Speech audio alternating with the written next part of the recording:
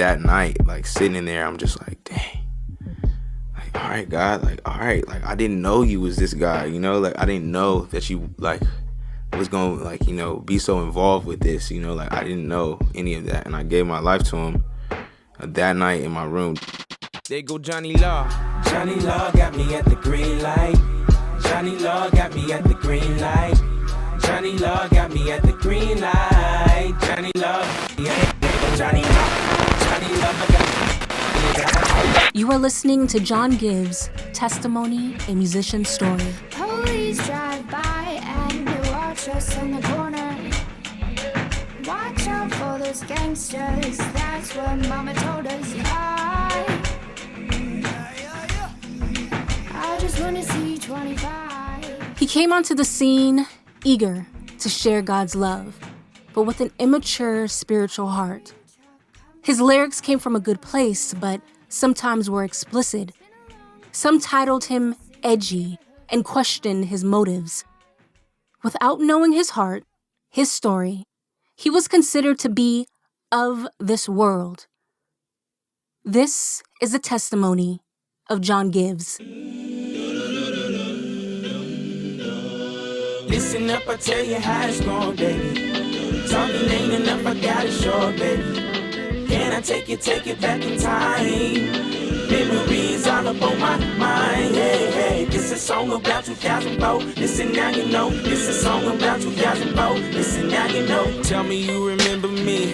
Yes, Lord. Summer, spring, fall, and winter all on one accord. Correlating with my cutties. Trying to holler at the cuties with the money. Buy your boy a bag of chips. Bagging chicks and shooting jump shots. I know you know them city transportation bus stops. Hit the Boys and Girls Club to see my main thing. Her name was Destiny. She like them boys that gang bang. Tell her call me gangster. Walking home from school, I just pray that them boys don't chase ya. Metro in my stereo, I take it everywhere I go. Oceanside, California, yeah, that's where I'm from. If you scared, go to church. If you're feeling froggy, grab your gun. That's not the way my daddy taught me now. A Baptist boy, I gotta watch this badness off me, y'all. Pull the water, pull your father from this sinning world. Jesus loved the little children, all the boys and girls. Sing this boys and girls. Listen up. On August 29th, 1991, John Givez IV was born in Oceanside, California. The youngest of two kids, John grew up in a two-parent household. He was raised in the Baptist church, where his mom sung in the choir and his dad occasionally preached. John's father was in the military, and over time, symptoms of PTSD and mild schizophrenia started to surface. The solid church-going family unit of the Givens started to crumble. When he started going through all that, like, he kind of stopped going to church, which then, like, there was less influence for me to go to church, because, like, I could easily, like, talk my mom out of going, but my pops was like, nah, we all going. You know, so kind of when that happened to his mental state, and, like, he kind of was just having to deal with some things like that, like, we didn't understand as kids, and my mom was kind of hurt over, you know, because it's just a very unpredictable thing with that. So that was, like, really what sparked a lot of the, like, downward spiral from being raised in the church to then kind of run into other outlets. John was around 11 years old when that happened.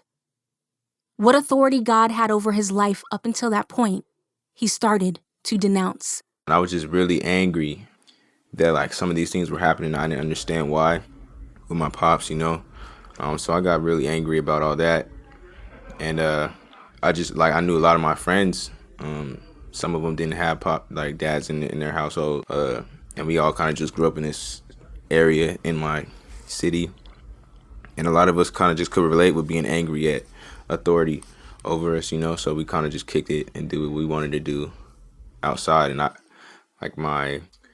my awareness of good and bad kind of just switched, all for the sake of just trying to be involved in something where I felt like people understood. That kind of just led to just hanging out with friends, and we do what we want to do, to then, you know, gang stuff and drugs, sex, all that type of stuff.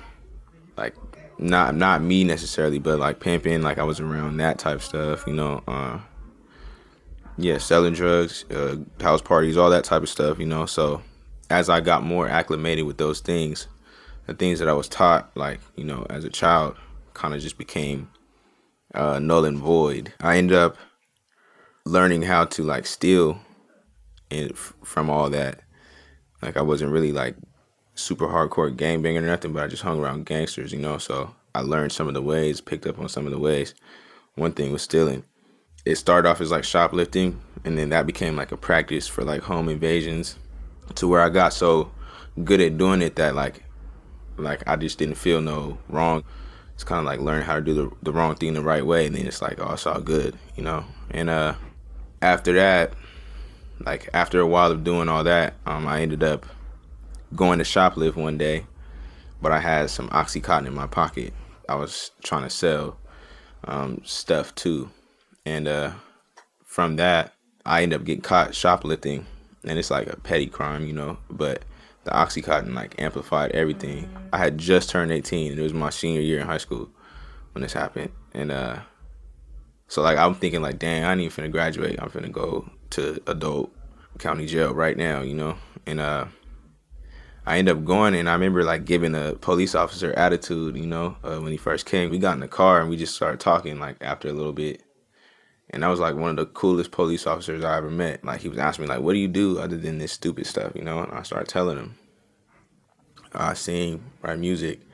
I want to be an actor when I grew up, stuff like that. And he was like, that's good. Why don't you do that? So I called my mom, and like at this point I had fed her up so much with what I was doing that she was just like, I'm not coming to get you. You just gonna have to sit in there and think about this one, bruh. And like the hate that I have for my father wouldn't let me call him, But I was like, man, like I'm sitting in here and I'm like, I'm knowing this is not the spot for me, So I'm like, man, let me just try to call him. So I call him, and he ended up coming to get me. And the crazy thing is that like, because of what was going on with him in his mind, he had just got a bunch of back pay from the VA clinic, to where he was able to bail me out with that money, and still have some over and get a lawyer for me instead of a public defender. So God kind of used me coming to the end of myself to like make way for me to then like develop a new trust in my dad for coming to get me like that. With medication and prayer, mentally, his father is doing well now. Down the road, the devil tried to rob you for your mind. That was in my vital years, my rebellion at its prime. You told me never let him say he had so much potential. You told me God was on my side, you gotta keep him with you. Prodigal son, I wanted to run away. I carried this type of hate, it was weighing a ton. Me and my friends outside playing with guns. How could I try to be loved when I was labeled a thug? The devil used you to disable my trust. Disrespecting women, I was entangled in lust. You never raised me to be no troublemaker, but the way this struggle made me want to break every stranger that rush. Wasn't a thing I could hide. I didn't want to show the weakness that deep inside. I didn't want to know the reason to keep me alive. To the season of feeling that covered the filth of my pride. Now I can look in your eyes, Father. You're my father. I'm your son.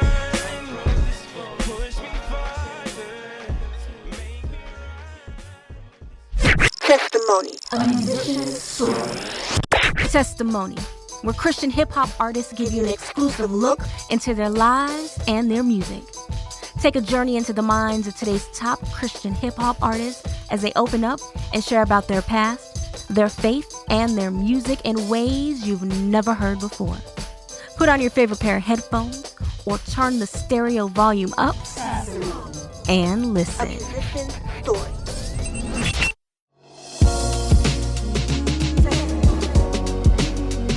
Connect with Testimony, a musician story through social media. Find links to our Facebook, Twitter, Instagram, and more at testmimonystories.com.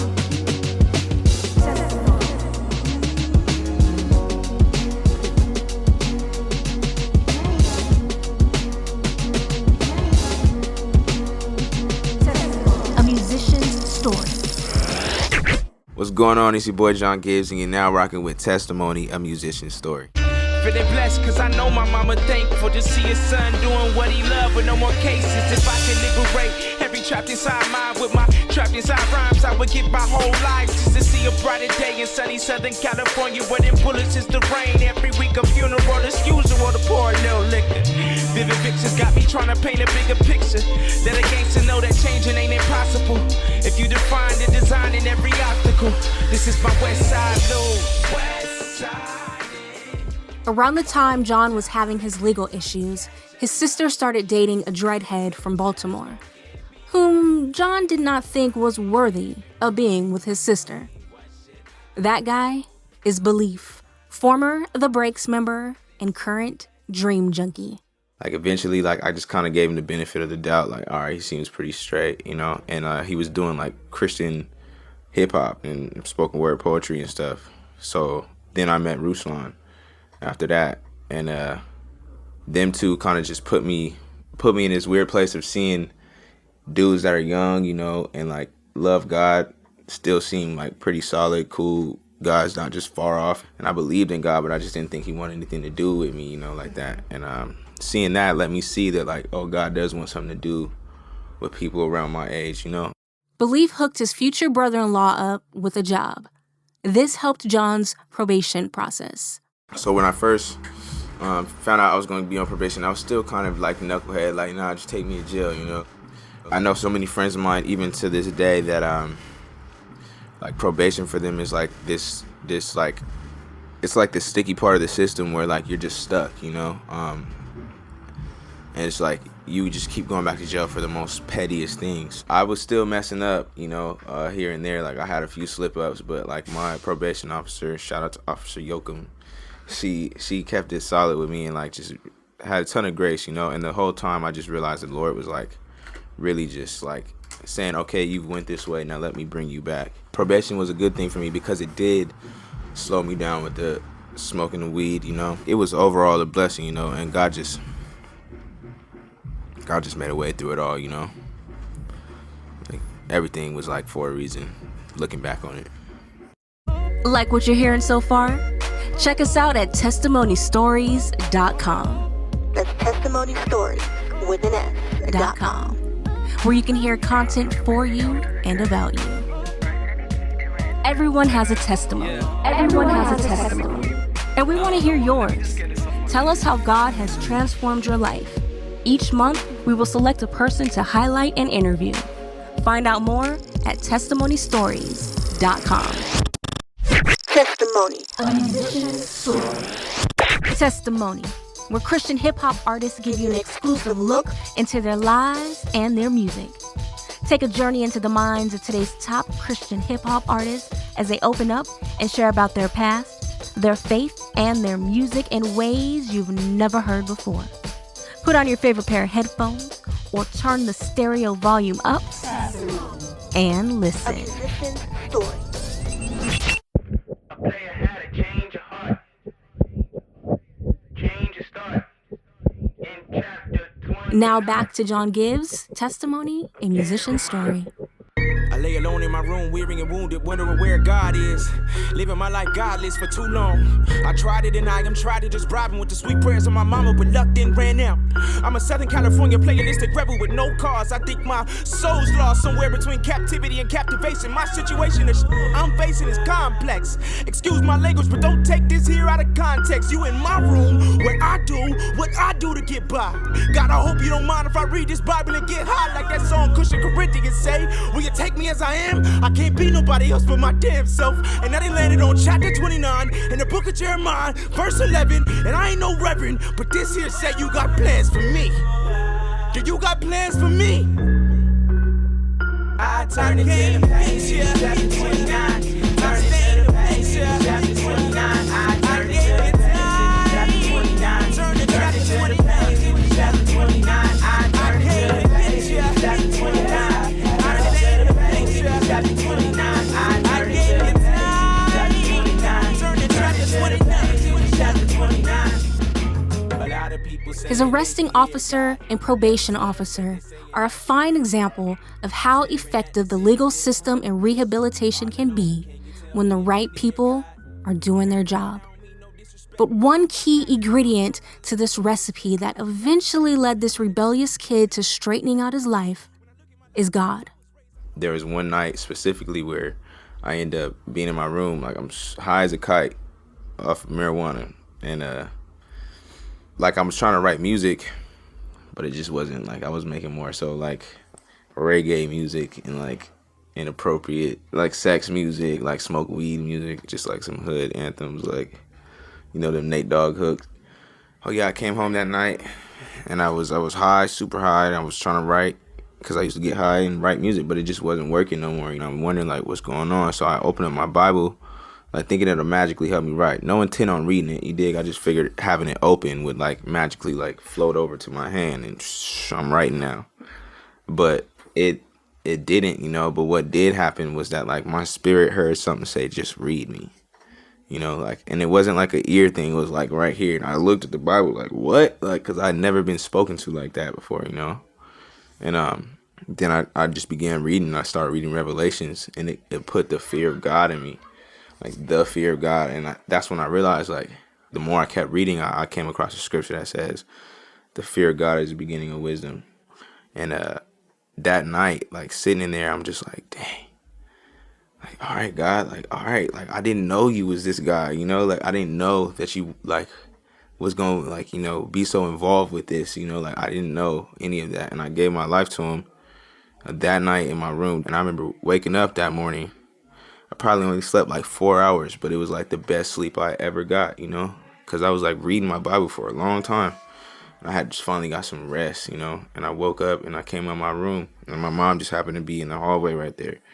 She was like, looks like a weight's been lifted off your shoulders. I ain't say nothing to her yet. And that's when I knew, like, dang, I got saved last night. Yes, John was of this world, but now he began to seek to just exist in it. His worldly desires like weed and sex immediately ceased, but later they would resurface. And sometimes he slipped, because his journey with God is just that, a journey. It has yet to conclude.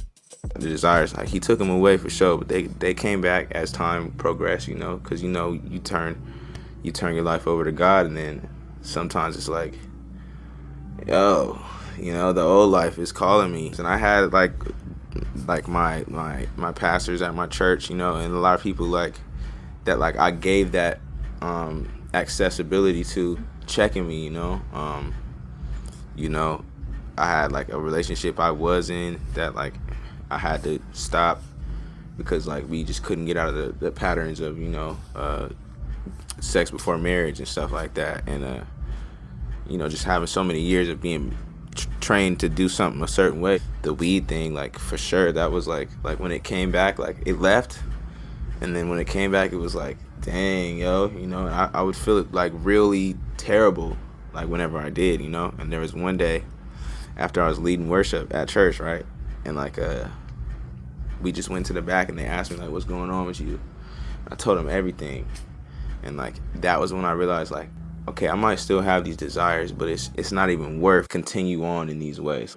Anytime I do slip, I make sure I call, you know, either my pastor or Rusan or Belief. You know, we got another buddy he just got ordained as a pastor over there. And I make sure I tell them, like, hey, man, this is what I'm dealing with, you know. I need your help, you know. I need your accountability. Check me, you know, all that. So definitely not gonna front like I'm perfect or I've arrived. You know, I need help every day. You dig? I need somebody praying for me every day. And I try to convey that in my music. Jesus is the dopest, you know. That's one thing I'm sure We was of. in the backseat, bumping Jagged Edge just when you asked me if I had a rap for this, I gladly pulled it out my pocket. My conscience telling me to stop it, God is watching us, but I can't fight the feeling, baby, I just wanna, we proceed to program ourselves accordingly. Souls tied to each other so disorderly. You looking at me, looking at you, and I'm wondering, honey, could I be your comb over words? I'm stumbling, mumbling sweet nothings in your ear like I know what's up. The homie said the first time is the first time I would feel like a true player. It hurts, John. Slow it down. I'm hoping after this that you can hold it down. We got stains on our purity. Feeling strange, but you're dear to me. Dearly be, love it, we done gathered for security. Why everything is wrong, gotta feel so right. Know we both young, I'ma make you mine. Why feeling so strong, baby? Ain't trying to lead your own, baby. Precious satisfaction. Give me your pleasure and your passion. Everyone has a testimony, and we want to hear yours. Tell us how God has transformed your life. Each month, we will select a person to highlight and interview. Find out more at testmimonystories.com. Testimony. Download the podcast of Testimony, a Musician Story on iTunes. Find out how at testmimonystories.com. A musician's story. Testimony. Testimony, where Christian hip-hop artists give you an exclusive look into their lives and their music. Take a journey into the minds of today's top Christian hip-hop artists as they open up and share about their past, their faith, and their music in ways you've never heard before. Put on your favorite pair of headphones or turn the stereo volume up and A listen. musician's story. I guess I need to take my time with it. I'm guessing that you can relate. I'm guessing we should all just settle down and find some time to pray. I know that we can't see tomorrow, we just living in today. And a wise man told me use my pain as special aid. That being under pressure's great. Use my weaknesses as strengths. I know that as a listener, that's difficult to calculate. I guess that you can count on me, cause being held accountable is what I know I really need. Now to my deep valley village, you don't stop. Into my midtown military. Being that all of John's past lyrics involved drugs, sex, and all things ratchet, he thought he would have to give up music. But there was a reason why God placed Belief and Ruslan in his life. In 2012, Ruslan and Belief formed King's Dream Entertainment and signed John, who shortened his last name from Givens to Gives, yet he still gets confused with his cousin, Jay Givens. John used to go by Jay Stacks, but says it is easier to give than to stack. See, with the help of God, his entire mindset is being reformed. I was about to stop because I just didn't see myself. I didn't know about Christian hip hop. Only thing I knew about Christian hip hop was Lecrae's Rebel. I thought Brett was telling me that I was going to hell. Other than that, I didn't really know nothing about Christian hip hop, so I was just gonna be done. And then Belief and Ruslan, I sang at Belief in my sister's wedding, and Ruslan like kind of was like, "Oh, you sing?" Like, and like that. Then they started bringing me around to like do hooks for him. And I kind of got back into writing again. Like, I'll write a hook for you, yeah. And then I stopped, and then they got me around, started doing hook. Ruslan gave me an interface, and I bought myself a computer. Ruslan was just like, "You got to figure it out from there, bruh," you know. And I ended up like teaching myself how to record and like engineer and stuff on Pro Tools first. And I was just making songs like raw, uncut. Like sometimes I'd be cussing too, like in the songs, you know. And but I think in those times, like, God really met me, like, in myself, like, and I didn't see any wrong with it. I understand using wisdom in some of those things, because putting out some of my earlier projects, like, I got super rejected from some of the Christian blogs, like, we can't put this on our site. And, like, I was like, you know what, that's too bad, just because of the words. But, like, the words weren't just, like, frivolous, like, cuss words, you know what I mean? Like, they were like words that like perfectly fit the emotion of in one song I said something like pretty much explaining that like this culture that we live in like praises the bad, bitch, you know what I'm saying? It's like this is just truth. It saddens me sometimes when you go and you give this to you try to give this to people, and then they be like, no, our kids can't hear this, and they hear it in their schools. Like, they hear it all around them. They need to hear this. This needs to be addressed. It needs to be talked about. And it sucks that people like will trade in like not wanting to feel uncomfortable for handling the uncomfortableness. That just kills me when people just be like, oh, this makes me very uncomfortable, so please keep it over there. And it's like, no, like, you need to be uncomfortable. John continues to make uncomfortable music. His latest album, Soul Rebel, debuted number 6 on iTunes hip-hop charts, despite the fact that the release date was announced days prior. Soul Rebel is an honest portrayal of his life. It will most likely make some people feel some type of way as he describes fumbling his way through life with sin, which includes songs about sex, drugs, and repentance. I put this right here might make it change your life. Put away the games, go ahead and get it right. This right here might make it change your life. Put away the games, go ahead and get it right. I put this right here might make it change your life. Put away the games, go ahead and get it right. this right here might make you change your life. Put away the games, go ahead and get it right. Hey. I don't wanna be. I don't wanna be.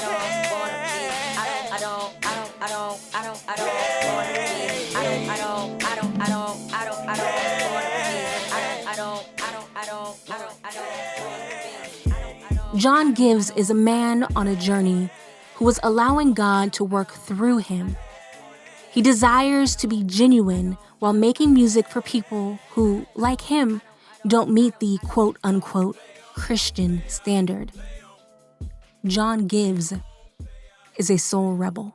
I'm so much of a rebel, and I don't mean that in a bad way, because I know a lot of people get the misconception when I say rebel, like soul rebel specifically, like I'm rebelling against God with my soul or something. It's like, nah, like I'm rebelling against everything that would war against my soul being eternally with God. A part of that is just in the practical is just, not breaking rules, but making rules. Elementary trill, will I ever have to eat a penitentiary meal? Will I die buried in the earth 6 feet, or will I listen to my daddy? Elementary trill, will I ever have to eat a penitentiary meal? Will I die buried in the earth 6 feet, or will I listen to my daddy?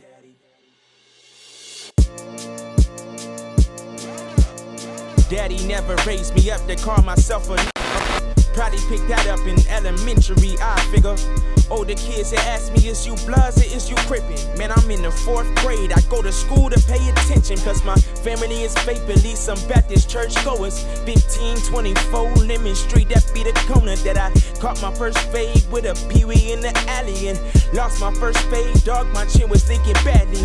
Older brother left, and I'm the youngest child of 3. 3rd time is a charm, that mean the chosen child is me. Papa was a firm believer in the usage of a belt. Hard head, make a soft behind. I used to stay with Wells. Kinda school like, wish I tell a teacher how I got this. That was not an option. Mama working in the office. Oftentimes I reminisce on elementary years. Go to school and act a fool. Elementary drill. What's up?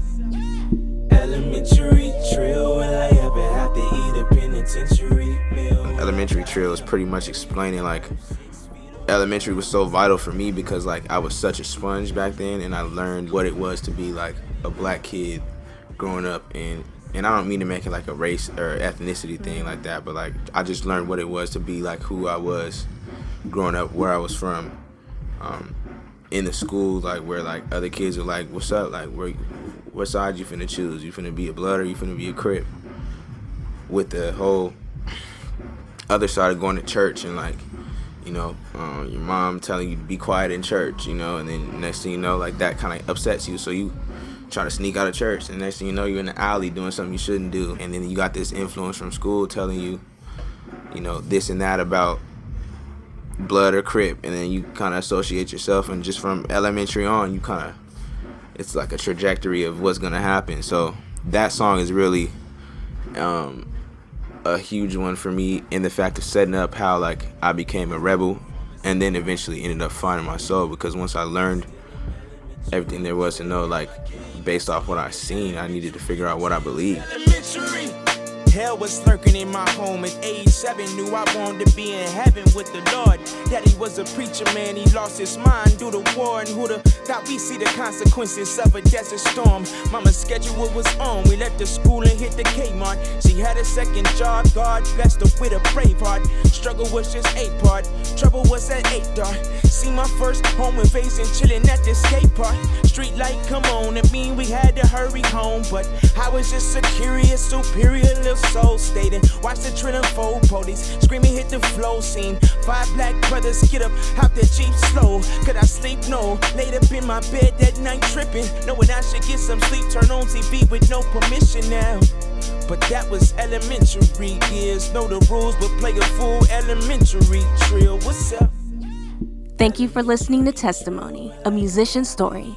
To hear this episode again, as well as past episodes, visit testmimonystories.com. Until next time, I'm Brown Theory, the music lover constantly seeking positive music.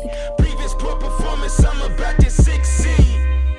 Still I'm elementary drill. Got my game as a young young and elementary skills.